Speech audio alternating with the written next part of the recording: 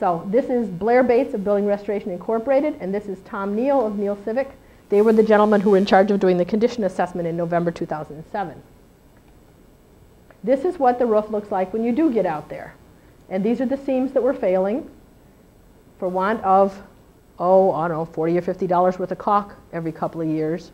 We have well into the 6 figures worth of damage from water for the past 30 years. These seams needed to be recaulked every few years, and it just wasn't done. So, but this is what has been taped now. If you looked up there now, it looked like there were giant pieces of black duct tape over them. It's way more than duct tape, but it's doing the job very nicely. It's dry inside the tower, and it's drying, which is even more important. So this is what you see. Now I want to give you a sense of scale of how tall that parapet wall is. There you go. That's my husband. He's 6 foot tall.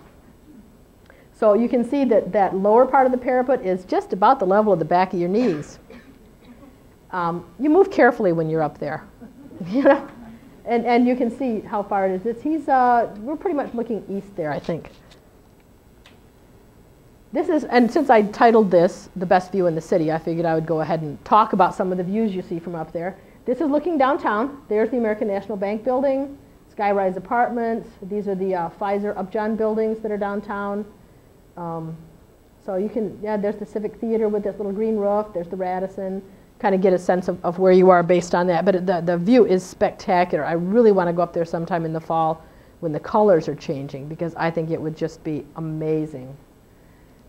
This is looking towards Western's campus, obviously. There's the library, Sproul Tower. So we're looking over towards West Campus. There's the power plant that a lot of people don't even know is there along Stadium Drive, that heats the university, the whole university. These are some of the dorms and stuff. This is a view looking more to the west. That water tower, no, that's looking down Oakland Drive. This is the water tower that's just off Bronson Boulevard. So you can see how green it is that direction. I mean, we have hardly any. You can barely see even a few houses from there because it's so green. We have such a wonderful canopy of trees here in Kalamazoo. Now this was the day of the condition assessment, November 1st and 2nd, 2000. November 1st was the day the guys rappelled. These are Jeff and Blair from Building Restoration Incorporated rappelling down the east side of the tower. Now they did the east side in the morning because they needed the bright sun, and they were going to do the west in the afternoon. The weather was perfect. If you're rappelling, you don't want wind. You don't want heat because it's going to change things. You also don't want real horrible cold. It was the mid-40s. There was next to no wind, and the sky was almost perfectly clear. Could not have asked for a better day. The next day was miserable. This day was perfect. And they just had themselves tied off, and they just swung down the outside, tapping on things. They were listening for the sound that the masonry units made. They chipped out a little bit of mortar here and there. And this upper part, was relatively easy.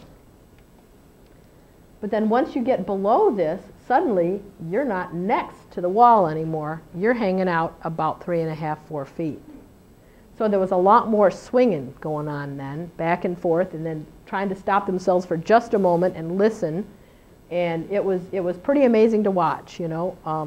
I know Blair fairly well, and he didn't bother him at all, but boy, I tell you. And you can see here he's using a metal detector because they're looking for other things that they might find in the wall. There's a lot of metal up there that holds it all together up at that level, that re-anchors that outer wall. Because what had happened in the 70s that made the state want to tear the tower down before it was saved was that this outer skin was literally peeling away from its adhesion to the tank inside.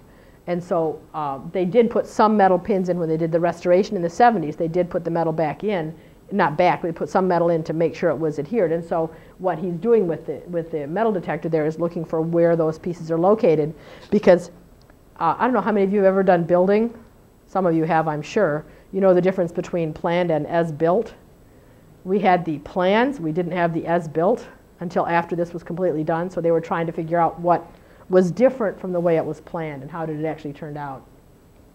So here they are rappelling back and forth, and they were just swinging over and just tapping on it and swinging back again and just going back and forth.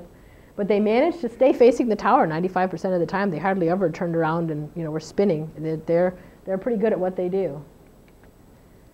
And it took about 45 minutes, maybe a little over an hour actually, for them to go from the top all the way down to the bottom. I called WWMT at 9:45, about 10 minutes before they shoved off. I called again about 9:55. I called again about 10 o'clock. Nobody answered the newsroom phone. And since all I had was my cell phone, I wasn't at work where I could like email somebody. They called me about 4 o'clock and they said, oh, we wanted to come. I said, well, you're too late. Sorry. The guys went up this morning and they went up this afternoon and it's too late and we're not going to be doing it again anytime soon. So they missed their opportunity. But like I said, the gentleman from the Gazette, Mark Bugnaski, did a great job on his little short video. So they're coming down this side here.